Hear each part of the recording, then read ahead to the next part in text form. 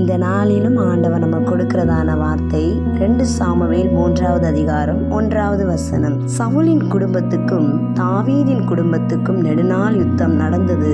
தாவீது வர வர பலத்தான், சவுலின் குடும்பத்தாரோ வர வர பலவீனப்பட்டு போனார்கள். ஹல்லேலூயா. சவுல் ராஜா தாவீதுக்கு விரோதமா எழும்பி எத்தனையோ சதிகளை பண்ணினார். ஆனாலும் கர்த்தர் தாவீதோட இருந்தபடியினால தாவீது அவனுடைய வாழ்க்கையில எல்லா காரியங்களிலும் வளர்ச்சி அடைந்து கொண்டே இருந்தான். கர்த்தர் அவனை மேன்மைப்படுத்தி கொண்டே இருந்தார். ஒரு பெருக்கம் அவனுக்கு உண்டானது. இதனால தாவீது பலத்து கொண்டே இருந்தான். சவுல் ராஜா தாவீதை எதிர்க்க முடியாத அளவிற்கு கர்த்தர் தாவீதுக்கு பாதுகாப்பாக இருந்தார். சவுலின் சூழ்ச்சிகளை தாவீதின் மேல் வர பண்ணாதபடி கர்த்தர் தடுத்து நிறுத்தினார்.